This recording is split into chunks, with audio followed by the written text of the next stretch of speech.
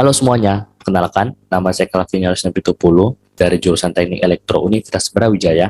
Hari ini saya akan menjelaskan beberapa materi tentang dasar algoritma pada pemrograman. Saya akan membawakan dua hal, yaitu adalah saya akan menjelaskan tentang sistem program dan juga flowchart. Selamat menyaksikan. Jadi yang pertama, di sini ada tertulis sistem programnya. Kita akan mengulik satu persatu. Yang pertama di sini ada kita menggunakan dua hashtag include, itu yang disebut dengan processor directive, yaitu kita menggunakan include std.h untuk input output, lalu ada include stdlib.h untuk library ini contoh seperti pause, kalau std.h itu contoh seperti printf scanf.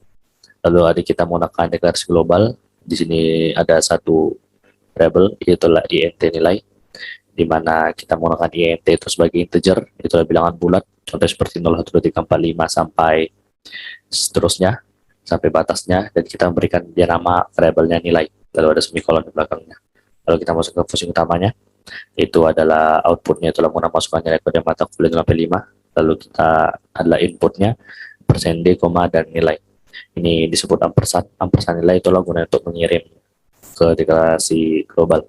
Jadi kita akan mengirim nilai dari nilai. Ya. Lalu setelah itu kenapa kita menggunakan %d? Karena kita menggunakan integer. Kalau menggunakan float %f. Di mana float itu untuk nilai bilangan berkoma.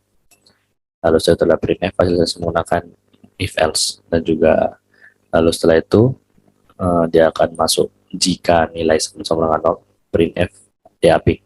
Maksudnya if nilai sama dengan 0, printf DAP. Jadi kita disuruh 0 sampai 5, masukkan nilai 0 sampai 5 kan. Misalnya kita masukkan 3, maka dia akan masuk ke else if nilai sama dengan 3, printf bahasa Inggris /n. Jika di luar dari ini semua, dia akan mengeluarkan maaf dan disebut tidak ketahui pada mata kuliahnya. Terus kita akan lanjut ke switch. Switch ini dia ada outputnya hasil kondisi menggunakan switch. Lalu dia ada switch di mana dia variabelnya nilai. Dia maksudnya dia memiliki nilai dari nilai. Nah, misalnya dia masukkan 3, maka dia masuk 3. Lalu dia masuk ke case 3.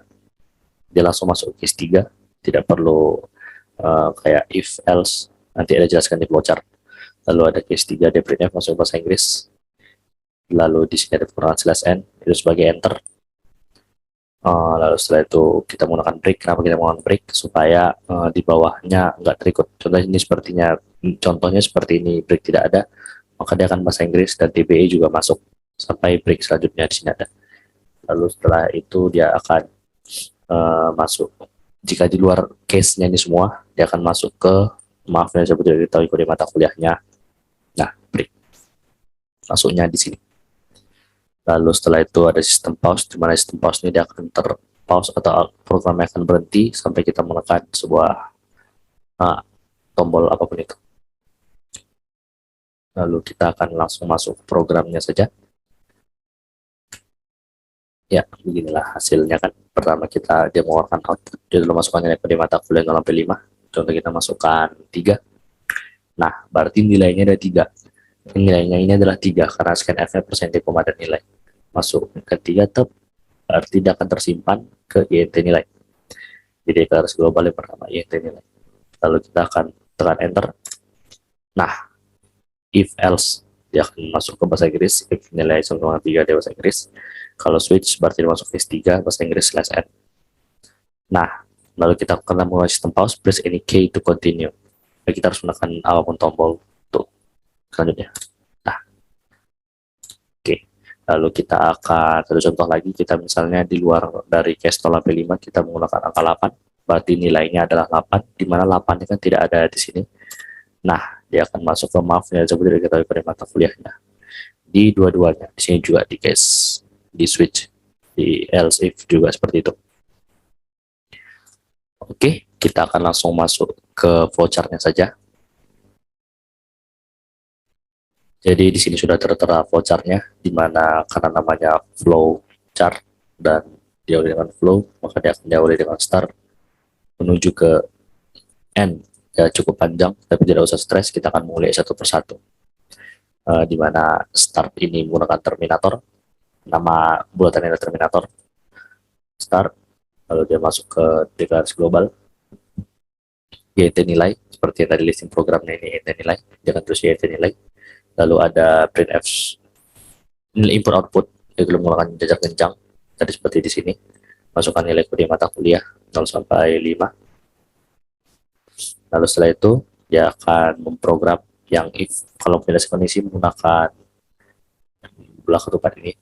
Nah, kalau dia nilai sama-sama dengan 0, seperti yang saya bilang tadi, jika yes dia akan DAP, jika no dia akan memprogram di nilai sama dengan 1. Begitu seterusnya sampai misalnya kita buat 4, misalnya 4. Berarti dia nilai 0 no, nilai 1 no, nilai 2 no, nilai 3 no, masuklah ke nilai 4. Langsung yes ke hasil seleksi kondisi menggunakan if else DBE, ya kan? Lalu dia keluar outputnya seperti itu, lalu dia mengalir lagi ke bawah menuju ke switch. Karena switch ini dia menggunakan belakang ketupat juga. Lalu di bawah ini kita akan perlebar. Nah, saya akan jelaskan satu-satu. Di sini ada case 0, case 1, case 2, case 3, case 4, case 5, dan default. Jadi cara kerja switch ini dia akan contohnya seperti kamar-kamar gitu. Jadi misalnya tadi kita tekan 4 ya kan, tidak masuk ke kamar case 4. Jadi cara pengerjaannya lebih gampang switch kalau menurut saya. Dia akan masuk kamar case 4, lalu dia akan kondisi menggunakan switch DBE. Lalu setelah itu dia akan keluar outputnya itu, lalu dia akan menuju ke M. Tapi jika kita contoh yang kedua kita menggunakan di luar ini semua, dia akan masuk ke mapel tersebut, tidak ke mata kuliahnya, lalu ke switch, lalu ke default. Nah, baru menuju end. Oke, sekian penjelasan dari saya.